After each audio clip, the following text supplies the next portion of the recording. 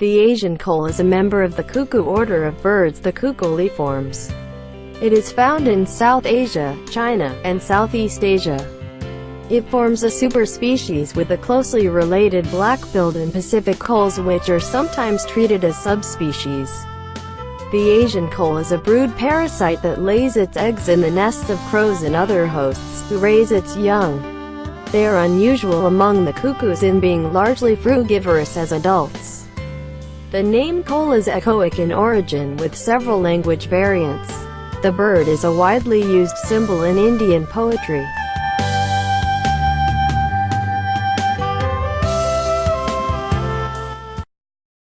The Asian koel is a large, long-tailed cuckoo measuring 39 to 46 centimeters and weighing 190 to 327 grams. The male of the nominate race is glossy bluish-black with a pale greenish-gray bill. The iris is crimson, and it has gray legs and feet. The female of the nominate race is brownish on the crown and has rufous streaks on the head. The back, rump and wing covers are dark brown with white and buff spots. The underparts are whitish but is heavily striped. The other subspecies differ in coloration and size.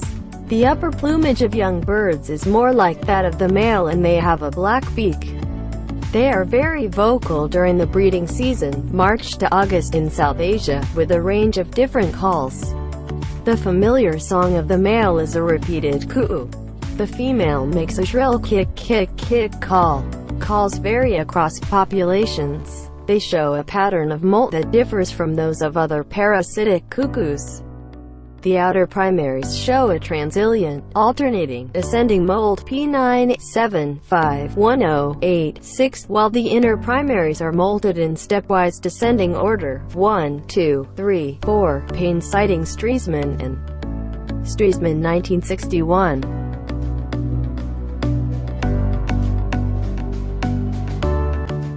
Taxonomy.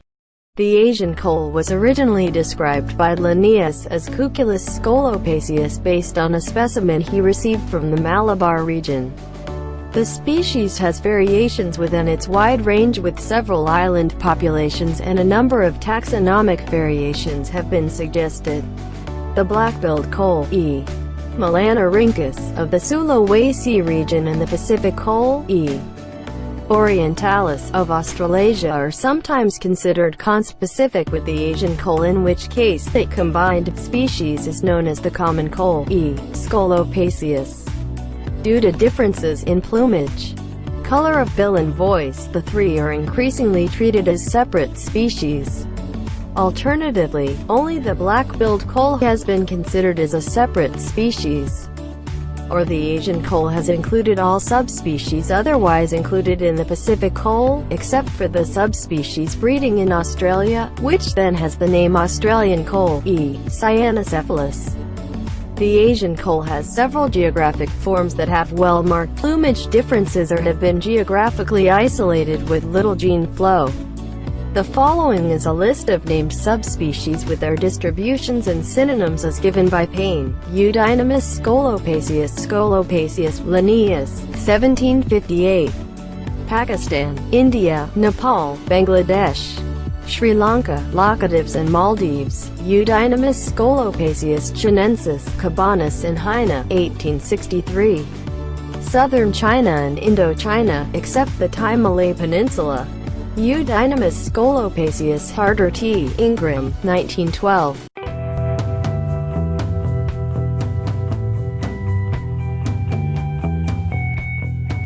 Distribution and habitat. The Asian koel is a bird of light woodland and cultivation. It is a mainly resident breeder in tropical southern Asia from India, Bangladesh and Sri Lanka to South China and the Greater Sundus. They have great potential in colonizing new areas, and were among the pioneer birds to colonize the volcanic island of Krakatau. They first arrived in Singapore in the 1980s and became very common birds. Some populations may make long-distance movements.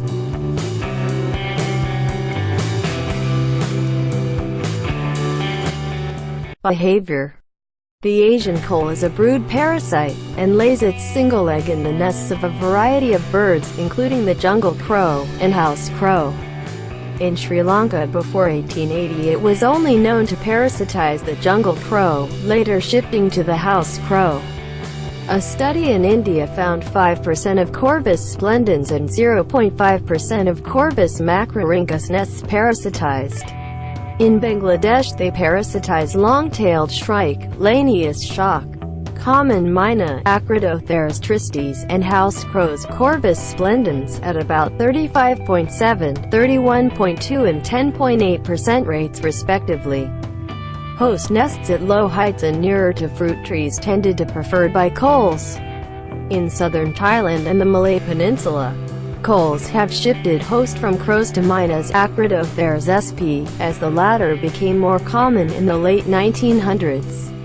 In South Asia they have sometimes been found to parasitize the black drongo, the European magpie and possibly the black-headed oriole.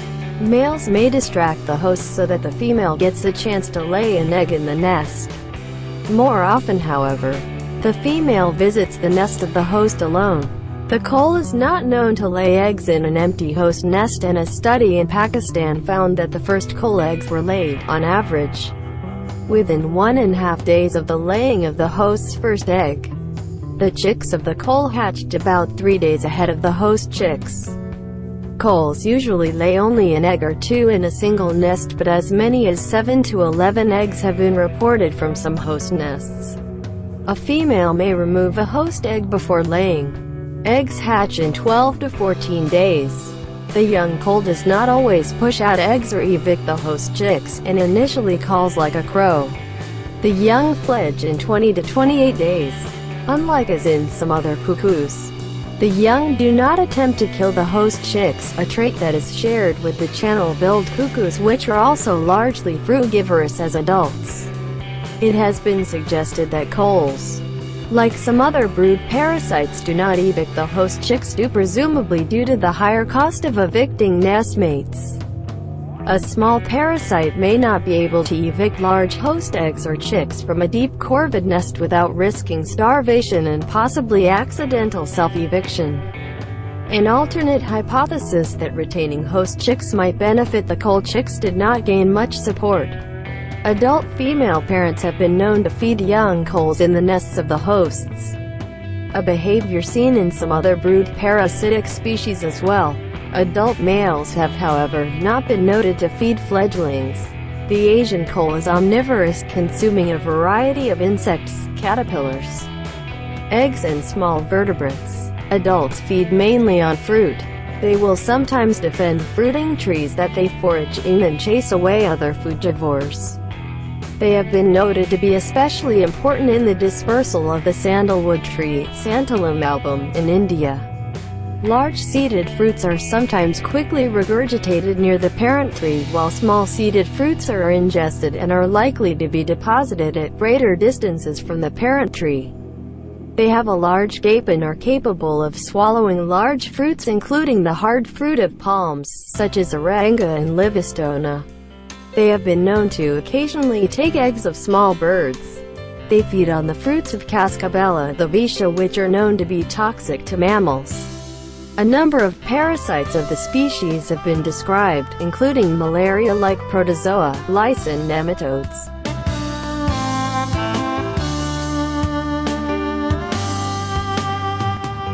In culture, the word koel is onomatopoeic in origin.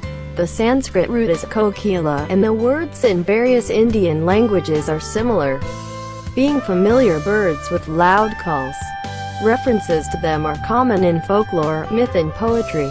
It is traditionally held in high regard for its song and revered in the Manusmriti, an ancient decree protecting them from harm.